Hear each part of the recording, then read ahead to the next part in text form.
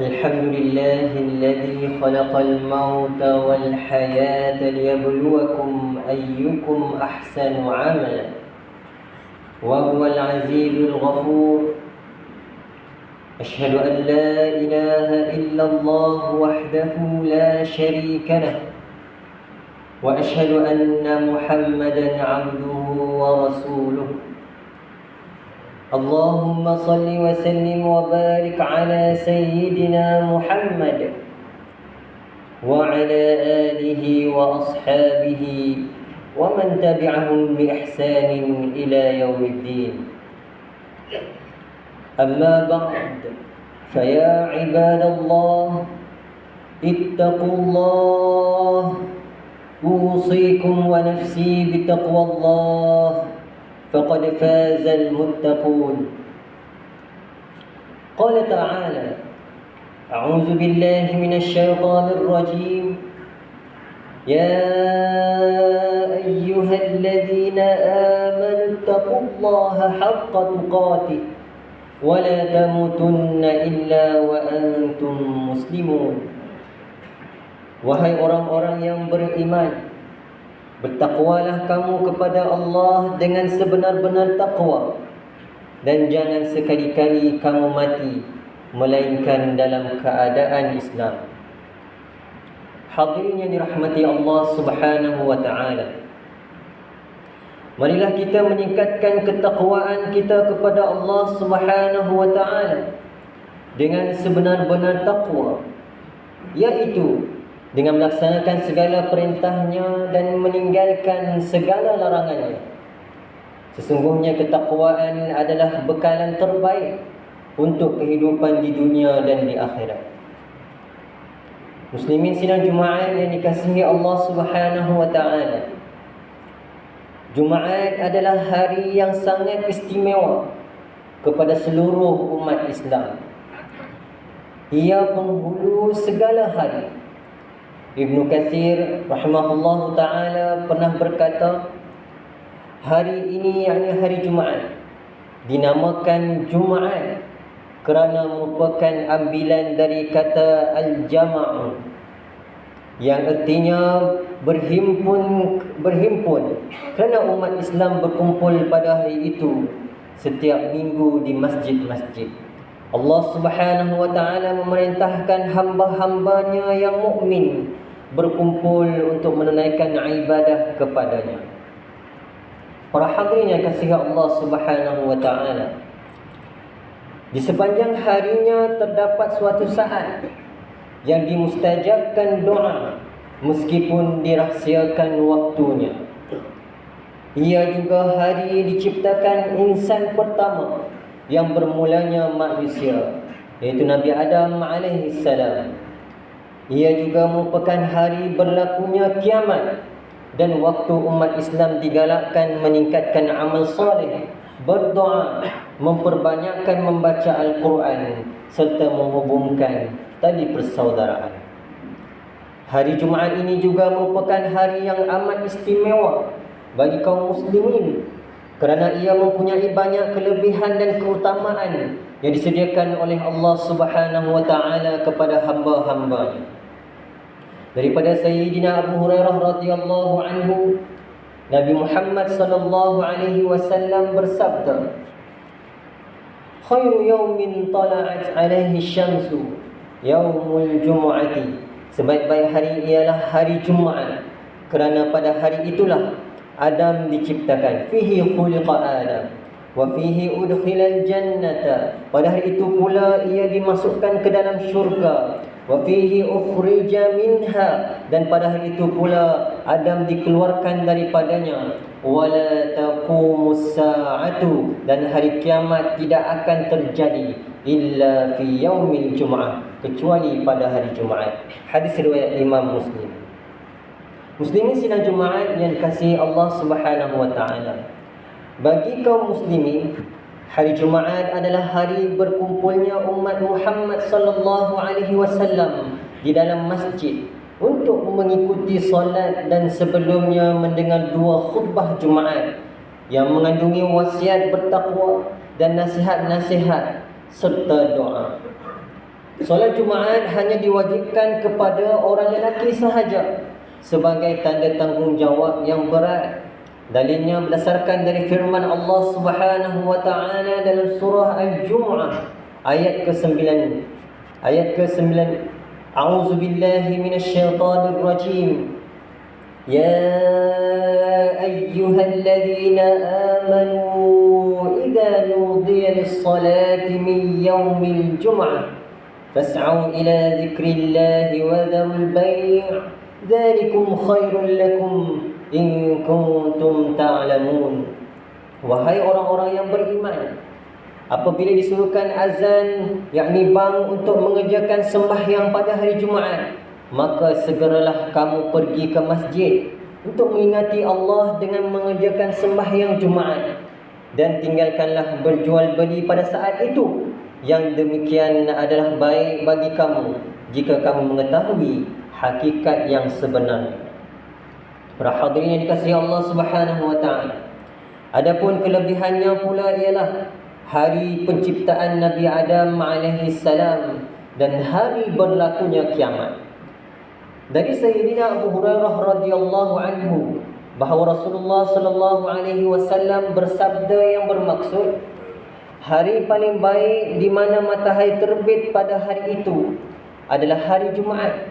Pada hari itu Nabi Adam diciptakan, dan pada hari itu juga Adam dimasukkan ke dalam syurga serta diturunkan dari syurga. Pada hari itu juga kiamat akan terjadi, dan pada hari tersebut terdapat suatu waktu di mana tidaklah seorang mukmin solat menghadap Allah mengharapkan kebaikan kecuali Allah akan mengabulkan permintaannya. Hadis riwayat Imam Muslim. Saudara-saudaraku sidang Jumaat yang dikasihi Allah Subhanahu wa taala, daripada Sayyidina Abu Hurairah radhiyallahu anhu bahawa Nabi sallallahu alaihi wasallam bersabda, "As-salatu khamsu." Solat 5 waktu. Wal jum'atu ila jum'ati. Jumaat kepada Jumaat yang seterusnya. Kaffaratun lima bainahunna. Merupakan kafarah, yakni penghapus dosa di antara kedua-dua waktu tersebut. Ma lam tushal kabair. Selama mana tidak melakukan dosa besar. Hadis riwayat Imam Muslim. Imam An-Nawawi rahimahullahu ta'ala menyatakan, setiap yang disebut di dalam hadis tersebut tadi boleh menghapuskan dosa sekiranya terdapat dosa kecil untuk dihapuskan. Sekiranya tidak terdapat dosa kecil atau besar, maka akan dicatat baginya kebaikan dan diangkat darjatnya. Sekiranya terdapat dosa besar dan tidak terdapat dosa kecil, mudah-mudahan perkara tersebut dapat meringankan dosa besar yang dilakukan. Selain itu, orang yang hadir dan menunaikan kewajipannya untuk solat Jumaat akan mendapat pahala untuk setiap langkahnya ke masjid, setara dengan pahala ibadah 1 tahun solat dan puasa. Sayyidina Aus bin Aus berkata, Rasulullah sallallahu alaihi wasallam bersabda yang bermaksud, sesiapa yang mandi pada hari Jumaat kemudian bersegera berangkat menuju masjid dan memenuhi saf hadapan, kemudian dia berdiam, maka setiap langkah yang dia lakukan mendapat pahala puasa dan solat selama 1 tahun, dan itu adalah hal yang mudah bagi Allah Subhanahu wa taala. Hadis riwayat Imam Ahmad.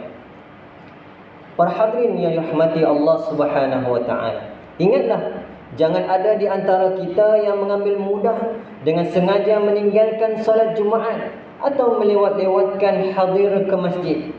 Dia merasakan solat Jumaat sama seperti solat yang lain. Tidak menghairankan seandainya seorang itu lalai dengan solat Jumaat, berkemungkinan solat fardu pun sanggup ditinggalkannya.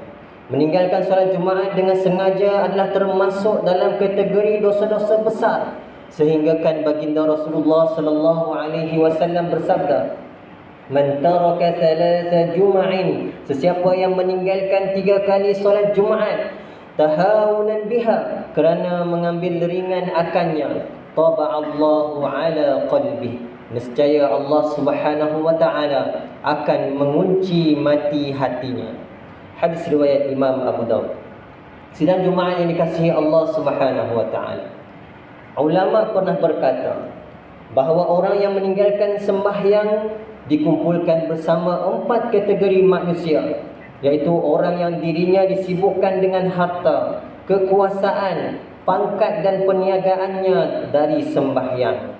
Jika dia disibukkan dengan kekuasaannya, dia akan dikumpulkan dengan Fir'aun. Jika dia disibukkan dengan pangkat dan kedudukannya, dia akan dikumpulkan dengan Haman. Jika dia disibukkan dengan harta, dia akan dikumpulkan dengan Qarun. Dan jika dia disibukkan dengan perniagaannya, akan dikumpulkan bersama Ubay bin Khalaf, seorang yang kafir di Mekah pada masa itu. Benarlah kata-kata Imam Ahmad bin Hanbal, sesiapa yang meremehkan solat, sesungguhnya dia telah meremehkan agamanya sendiri. Para hadirin yang dikasihi Allah Subhanahu wa taala, di samping itu, adab-adab ketika memasuki masjid perlu juga diambil perhatian.